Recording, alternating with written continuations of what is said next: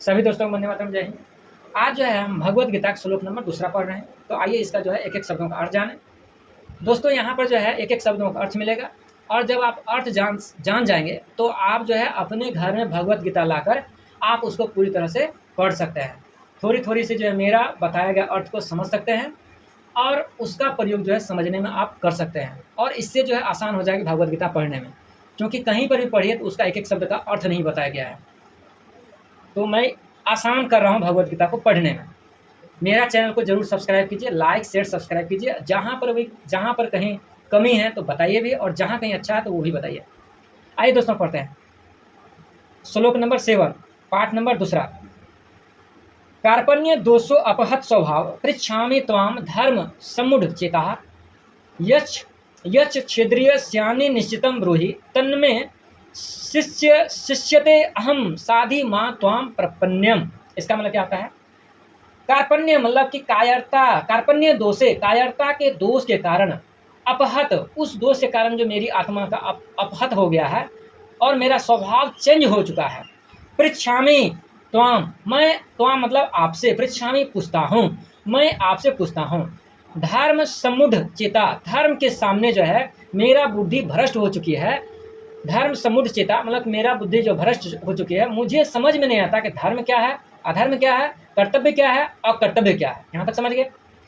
यह क्षेत्रीय स्यानि निश्चितम ब्रूहि तन्मे शिष्यते अहम। क्या कहता है?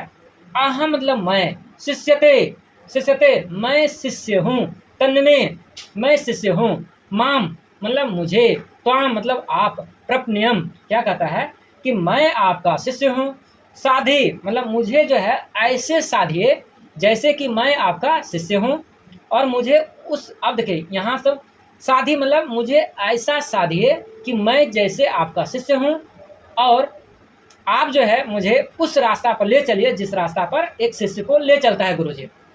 यश क्षेत्रीय स्यानि निश्चितम ब्रूहि, ब्रूहि मतलब स्यानि निश्चितम ब्रूहि मतलब कि जो, यश क्षेत्रीय मतलब हो गया जो, स्यानि निश्चितम मतलब कि जो रास्ता जो है कल्याणकारक हो, ब्रूहि मतलब सभी के लिए, तन में सभी जीवन के लिए क्या हो, कल्याणकारक हो, उस रास्ता पर मुझे ले चलिए हे भगवान कृष्ण, हे मेरे गुरुदेव कृष्ण। यही कहना चाहते हैं अर्जुन। आइए इसका अर्थ समझे हम। इसलिए कायरता रूप दोष से उपहत हुए स्वभाव वाला और धर्म के विषय में मोहित चित्त हुआ मैं आपसे पूछता हूँ कि जो साधन निश्चित कल्याणकारक हो वह मेरे लिए कहिए, क्योंकि मैं आपका शिष्य हूँ, इसीलिए आपके शरण मुझको शिक्षा दीजिए।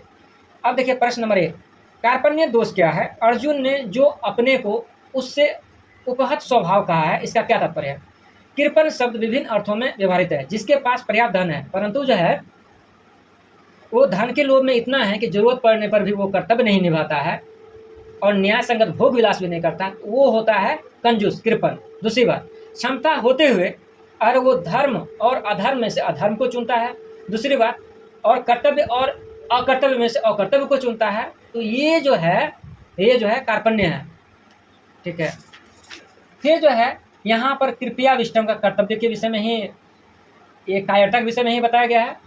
और फिर जो है यहाँ पर से जो देखिए कृपया विष्टम कलिव्यम, धर्म मूर्चेता, धर्म अधर्म कर्तव्य अकर्तव्य का निर्णय करने में जिनका अंतःकरण सर्वथा असमर्थ हो गया उसके लिए धर्म मूर्चेता आया है।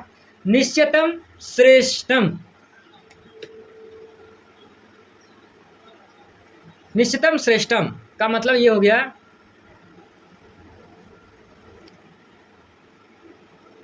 यहाँ देखिए निश्चितम श्रेष्ठम का तात्पर्य है कि कौरवों के भीष्म द्रोण कर्ण जैसे महारथी थे, उससे हो सकता है डर कर उसकी सेनाओं देख कर जो है डर गया हो कि मैं जीतूंगा कि नहीं जीतूंगा। तो ये भी जो है कार्पण्य भाव ही है, कायरता का भाव है। तो इसीलिए अब जो है यहाँ पर, इसीलिए मैं आपका शिष्य हूँ, मुझे शरणागत दीजिए, आप शिक्षा दीजिए कि इस कथन का क्या भाव, मतलब कि मैं क्या करूं बताइए गुरुदेव। यही क्वेश्चन जो है कह रहे हैं। ठीक है। अब हम लोग जो है 8वां नंबर श्लोक पढ़ेंगे, वो अगले बार। ठीक है, अगला वीडियो में। धन्यवाद दोस्तों, वीडियो देखने के लिए लाइक शेयर सब्सक्राइब अवश्य करें। इसी तरह आपको आगे भी मिलता रहेगा। और आप अपने घर में प्रत्येक सनातनी लोग से इच्छा है मेरी कि अपना भगवद गीता घर में लाकर मेरे साथ पढ़ें और उनका जो है एक एक शब्दों का अर्थ जानें और इनके अनुसार समाज में आचरण करें। इससे जो है समाज में शांति स्थापित होगी, राक्षसों का संहार होगा और हमारा देश प्रगति के पथ पर चलेगा। जय हिंद।